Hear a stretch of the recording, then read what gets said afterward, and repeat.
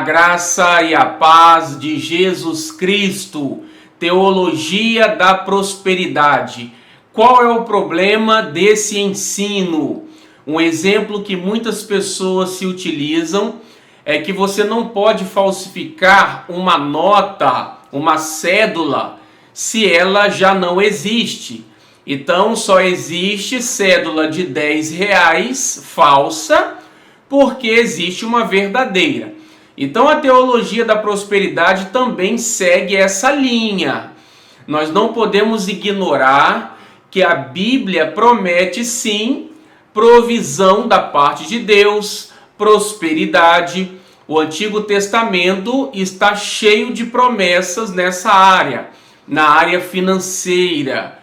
O problema é que líderes religiosos pegam aquilo que é de Deus, aquilo que é santo, que é verdadeiro, e se utilizam para ganhar dinheiro, para enriquecer.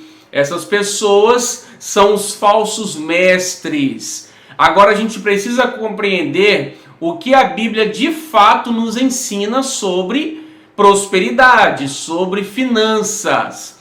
Inclusive a palavra shalom, palavra hebraica, traduzida como paz, significa também provisão financeira, prosperidade. É uma palavra muito ampla. Inclusive eu já gravei um vídeo aqui só sobre essa palavra shalom.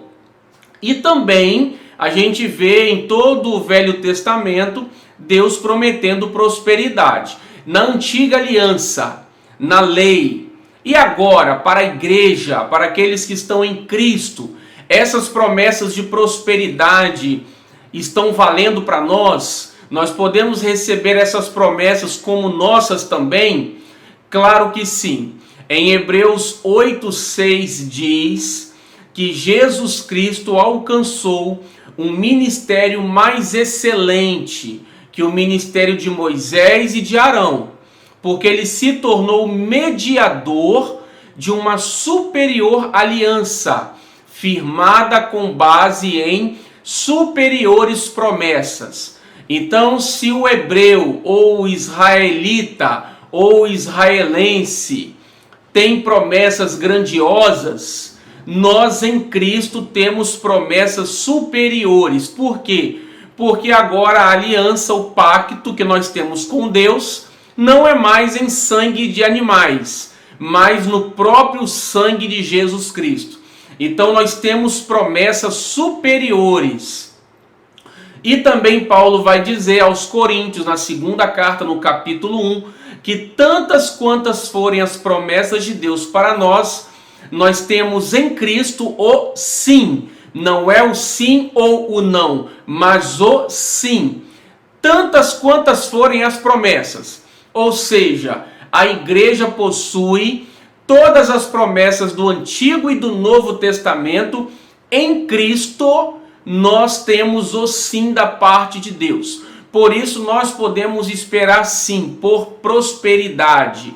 Prosperidade é uma das bênçãos que Deus deu à sua igreja.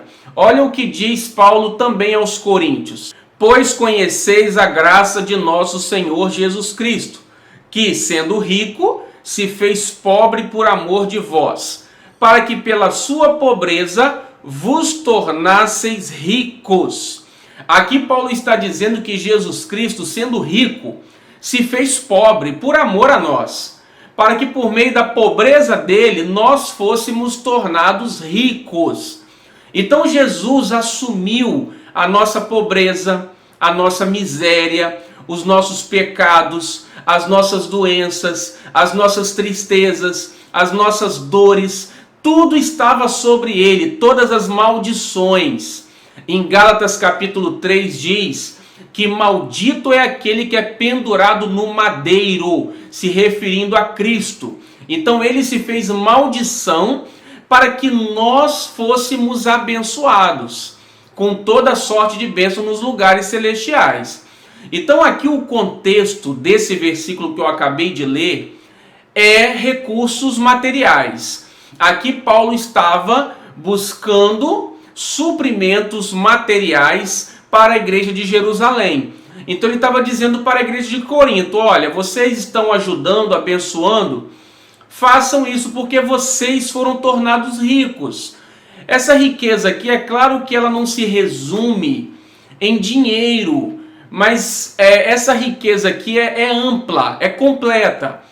É que nós agora temos tudo da parte do nosso Pai por meio de Cristo. Como o próprio Davi declarava: o Senhor é meu pastor e nada me faltará. No Salmo 103, Davi diz: é Ele quem perdoa todas as minhas iniquidades e sara todas as minhas enfermidades.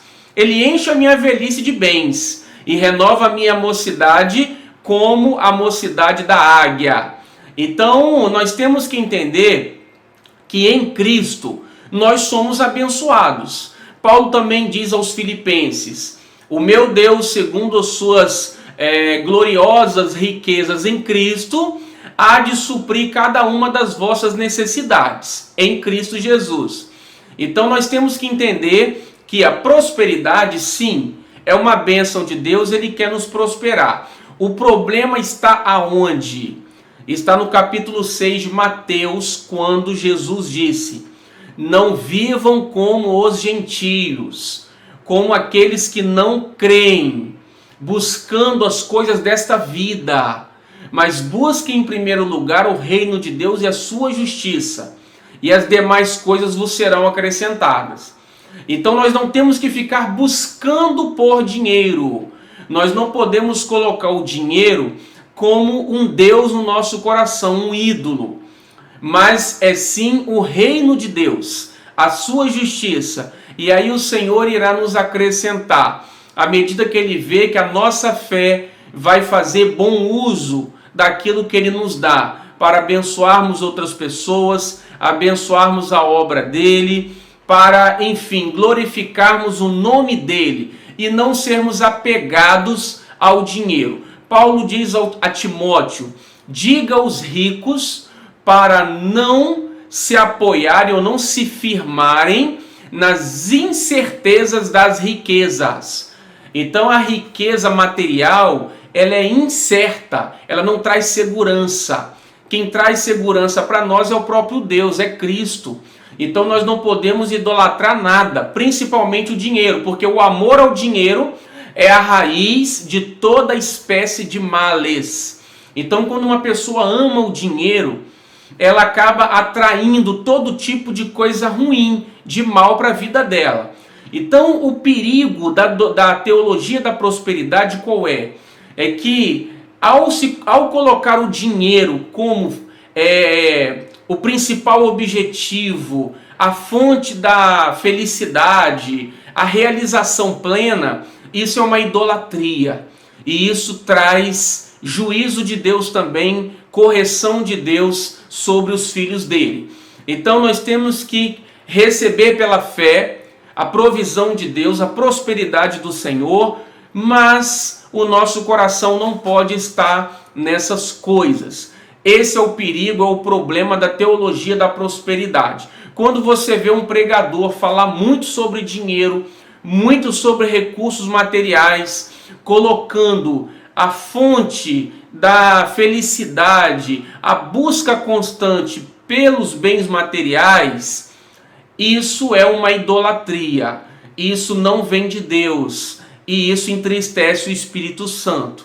Mas também nós não podemos abrir mão de dizer que Deus não tem prosperidade para os seus filhos, que Ele não quer que os seus filhos tenham uma vida confortável, abençoada. Não, Ele tem sim, desde que o nosso coração esteja na obra dEle, no reino dEle, e estejamos dispostos a renunciar essas coisas para cumprir o plano de Deus. É quando nós amamos a palavra do Senhor, a manifestação do Espírito Santo, a paz de Deus, enfim, o bem-estar que Deus nos proporciona.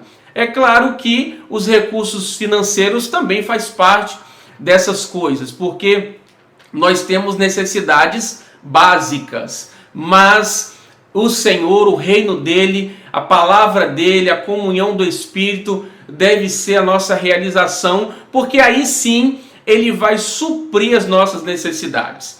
O salmista diz: deleita-te no Senhor, e Ele satisfará os desejos do seu coração.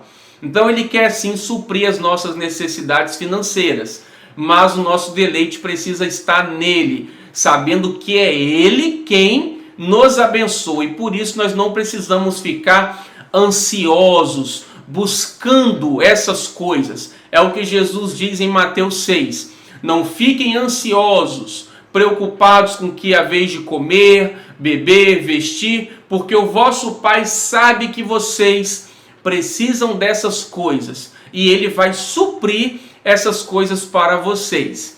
Deus te abençoe. Até o nosso próximo vídeo. Amém.